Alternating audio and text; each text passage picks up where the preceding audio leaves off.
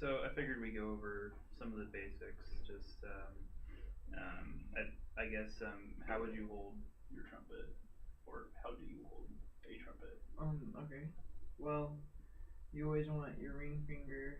Well, it depends on the size of your hand, but the way mine works out, it's really comfortable for me to put my ring finger in there. And you want to make sure that you're getting the maximum, like you want to make sure you're getting the maximum spread Okay. because you never know what you're going to be one day as far as tuning. So it's really good to get a wide range. Okay. Yeah, because like for me it's this two on top, two on bottom of the slide. So, Yeah, my hand just doesn't work like that. Like my hand, I don't know, it's just easy for me to stretch out like that. yeah. But it is really common for people to have the fingers like that. Okay. My hand just doesn't So it's do that. more of just whatever is comfortable. Yeah, exactly. And then the same thing, pinky on top of this thing, and make sure you like it's like holding a baseball because you want your fingers literally to go straight down. Because if you start going at them at this angle, you'll actually bend the piston off of this thing, Oh. and then it won't, and then it'll scratch your piston. It'll actually start to bend these tops. Okay. So like that's why you really don't want any of your students to ever play like that or play with flat fingers Or like just put any pressure like on the on sides. any of the sides. It has to be straight down every time. Okay. Plus, it's better for like technical passages. Well, yeah, because not only can you play faster, but it'll also keep that from happening because that's really common to happen.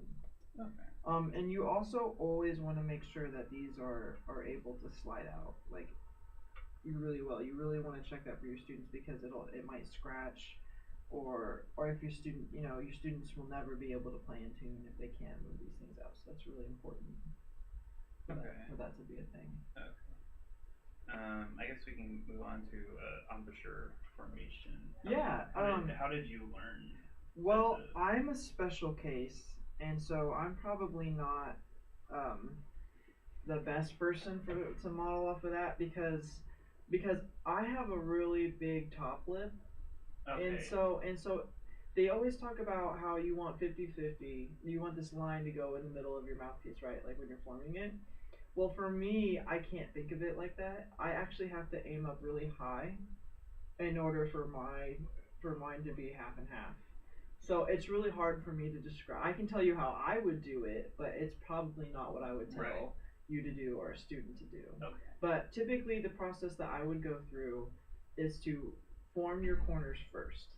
So you always want nice corners down and back and firm because you don't want these to move. They're what anchors Okay. your mouthpiece placement. And I mean like when you're playing up higher, they'll want to keep going more down. You don't want to tighten them up or like really contort or like pucker Yeah. because then that'll restrict buzzing. But if you just want them down and back and just set and not moving, and then your tongue and its arch up and down is what controls the speed of the air and how high you play. So like doing sirens for warming up is a great way to test your airflow and the core of your sound. So I'll play.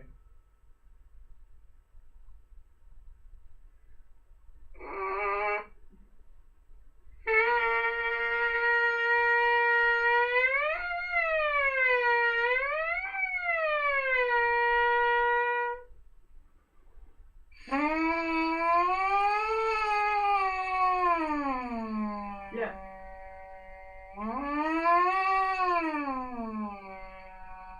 Yeah. So do you notice how it's really good? See, did you notice how I corrected myself?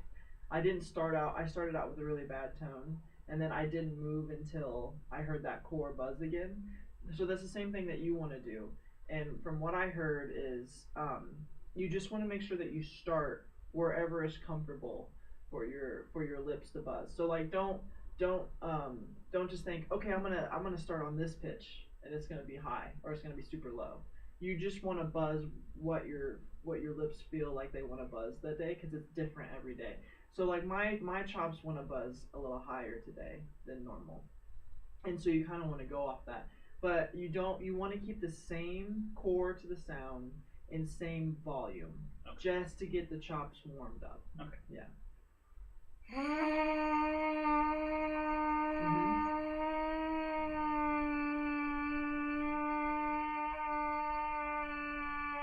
Yeah, so that's a great start. And then from then, you can start moving around.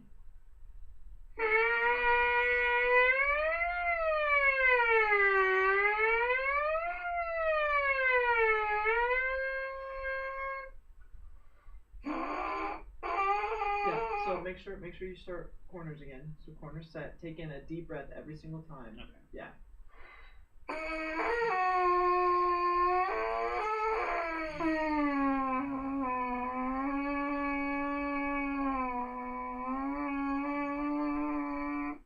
Yeah, when beginners are starting out, you don't want to have them move up super high, like in the high range. When you're starting out and you're first building your muscles there, you just want to typically just move around a little bit. You really want to focus on getting the most resonant possible tone because that'll build muscle.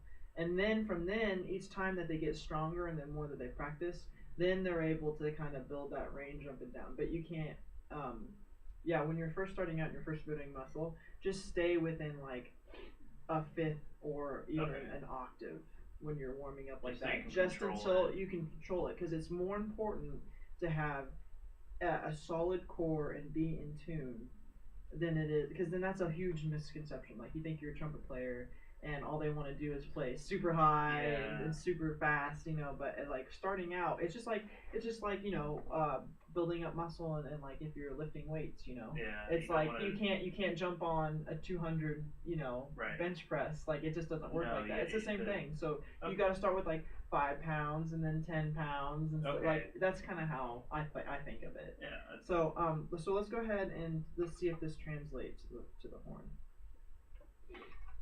So we're gonna play a G, and this is how I sometimes warm up in the morning. So what I'm gonna do is I'm gonna play a G, and then I'll go down by half step, and then back up to the G, and then I'll go da da da da da da da da da, and then I'll go F sharp, da da da da da da da da da. Oh, okay. And then I typically move down before I start moving up. Is how I warm up. Okay. So I'll start.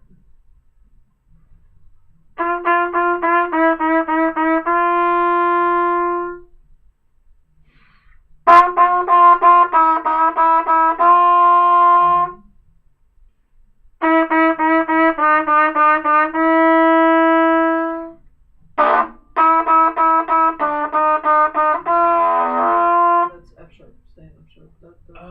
Da, da, da, da, da, da.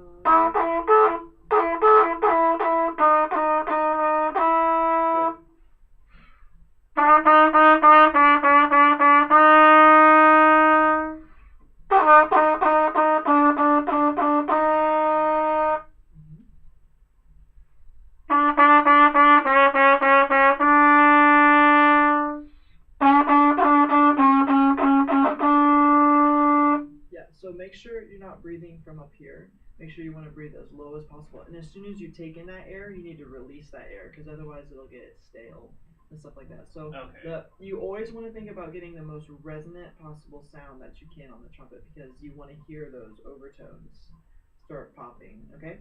So now let's start working our way up. Okay. So we'll go, this is typically when I start doing lip slurs to get up there. So we're just gonna lip slur G, C, G, C, G. Okay? Yeah,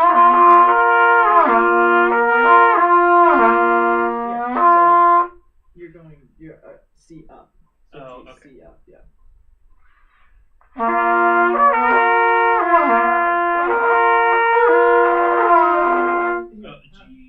C, okay. G, yeah.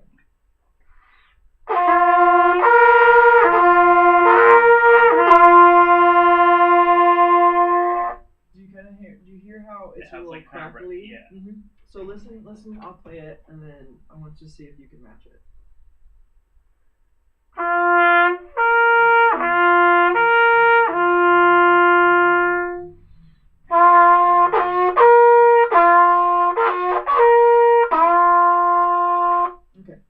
So what I'm hearing is that it sounds like the airspeed might need to be a little bit faster. Oh. So engage your core a little bit more. Okay. Excuse me, and make sure that you're really slotting those notes. So when I'm thinking about lips slurring up, I'm actually raising my tongue, the back of my tongue, and arching it a little to get up there.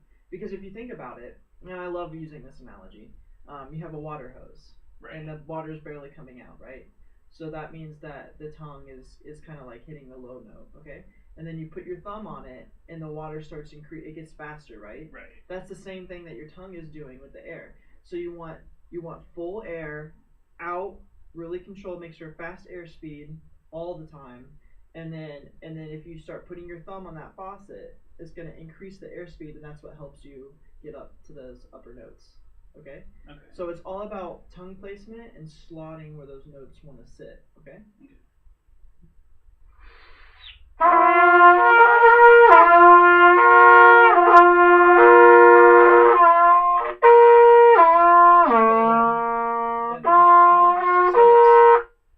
Okay. So let's go to F sharp. So it's just the second one.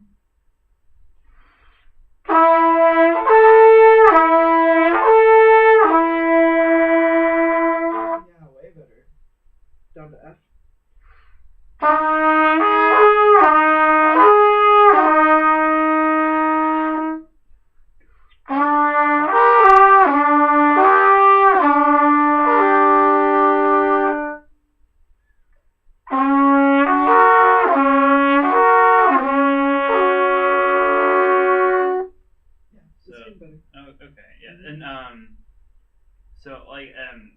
And like I just noticed this like a lot with like how I play brass instruments. Like I get that like raspy, crackly sound. So would I assume like not just fast enough air would like the embouchure also affect it? Usually when I like, are your lips dry? Do they feel dry? Yeah. Yeah. It's so what's happened is that happens to me a lot. Is when your corners get dry and even your lips, that's also another form of what will restrict your buzz. So that might be a reason why you're hearing that crackle, is because your lips are starting and stopping so much because they're not as moist and vibrant. Okay. Another reason why that might be is that you might be too relaxed or too firm with your, so you really want to have like this nice set thing where it's set but it's not restricting anything, and you'll typically feel that like go too far, like you're trying to pucker really hard, yeah, and it feels bad, right? It feels like nothing wants to move. Well, then just kind of set it where it's like, it's really loose, and it's like you can't really control anything, right? Kind of like a ventriloquist dummy. Yeah, exactly. So then you'll really start to find where your sweet spot is, where it's set and still will things buzz. So that might be affecting why you're hearing that crackle. Okay. So let's try going back to that GC lip slur real quick. And so let's try to do this where I play, you play. Okay. Just until you can start hearing it, and then we'll play together. But if you notice that when we start, excuse me, I got the hiccups. When we start going to F sharp and the F and the E, you were much better keeping a solid tone. And I think if you listen back, you'll hear that they started to lock in a lot better. Okay.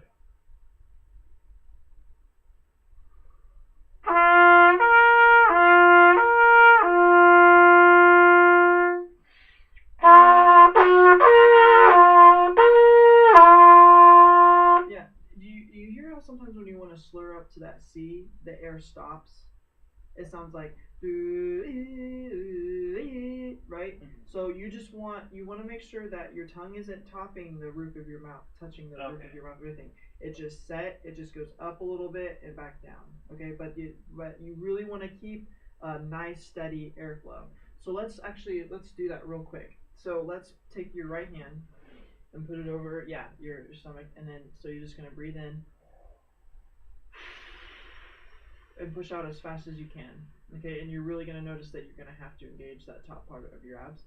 So we'll breathe in, and then as soon as you've taken in as much air as you feel full, release it as soon as you can.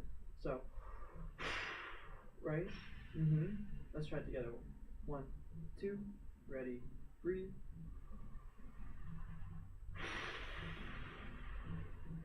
You really want you don't want any hesitation. Okay. As soon as the air comes in, it needs to go right out. Okay. So that might help.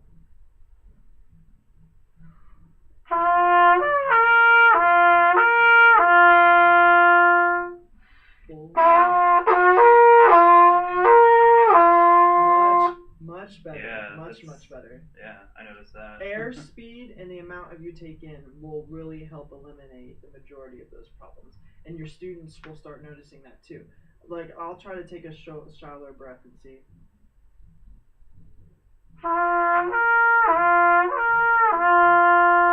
Like, I have to work harder. Right. And my sound is so tiny. Yeah, right? It's really thin. So then, yeah.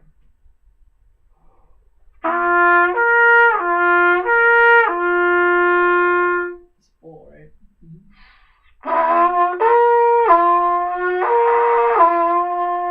So make sure your corners are down and back and set, okay? And then it looks like you're trying to work too hard to get up there. So just nice and relaxed. Corners are set and firm. Breathe in, breathe out.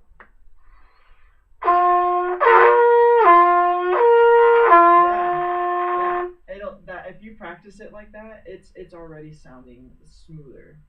I think that'll really help. Okay. Do you have any? Well, I guess any tips for playing like soft? Since faster air.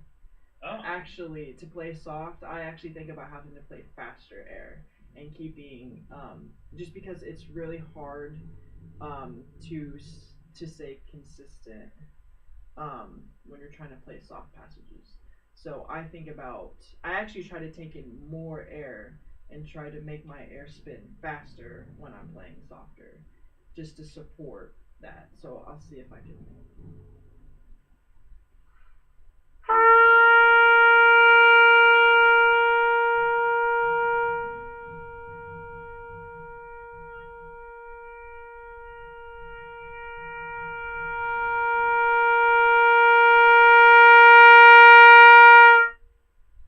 I actually have to increase my airspeed and engage even tighter when I'm playing softer to keep the same tone consistent.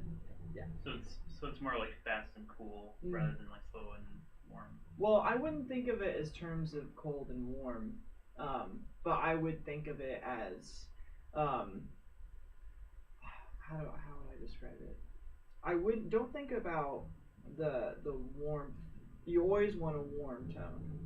So you always want that nice warm breath because that'll give you your warm tone. So I would think of it just how much you control from here, from what's going on here. So like play loud, it feels like you need a lot of control, but when you go to play quieter, don't let that go.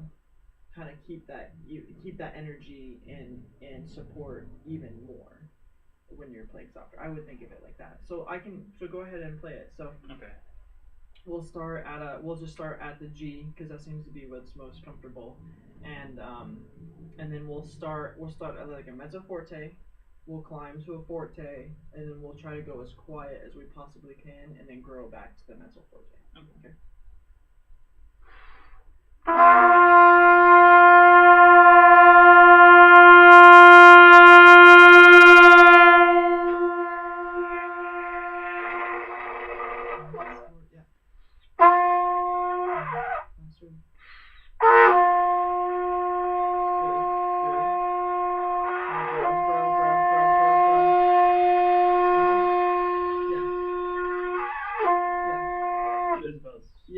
Don't you see how much air you really need? Yeah, it's crazy. Yeah, so I think that'll really help when you want to play loud and soft. Is really thinking about really controlling what's going on here. Okay. Yeah, than thinking about this. Okay. I guess that's all I have for today. Is there any tips or tricks for beginners that you have, or any like troubleshooting, like any kind of anything or? Well, I guess I would have to think for beginners, the one thing that I think as a teacher I would want to make sure is that my students are playing consistent. Make sure that they really understand how their lips will buzz, and really correlate that with their ear. So always have them sing, buzz, play. Okay. So I think that's the best thing that you can do for brass players is to drive home the ear and how to match that on the mouthpiece. And the fastest that they can do that, the more success they'll see playing the horn. Okay. So always have them do that. That will really help. And then back to consistency is that if you're really hearing a nice core to their buzz, make sure that they make that exact same core every single time, because otherwise they'll develop bad habits and then they'll have to get back to what they were doing. Yeah. I noticed that when I was learning, I would do that a lot. There would be times when I felt like I could really buzz really well, and then there would be times when it's like I can't get back to what it sounds like. And so, just as a band director, make sure that they think about the most resonant buzz that they can make, and then they'll be making pretty good sounds. Okay. Yeah, that's what I was saying. Cool. Well, this is everything that I have Yeah, to cover. that sounds so good.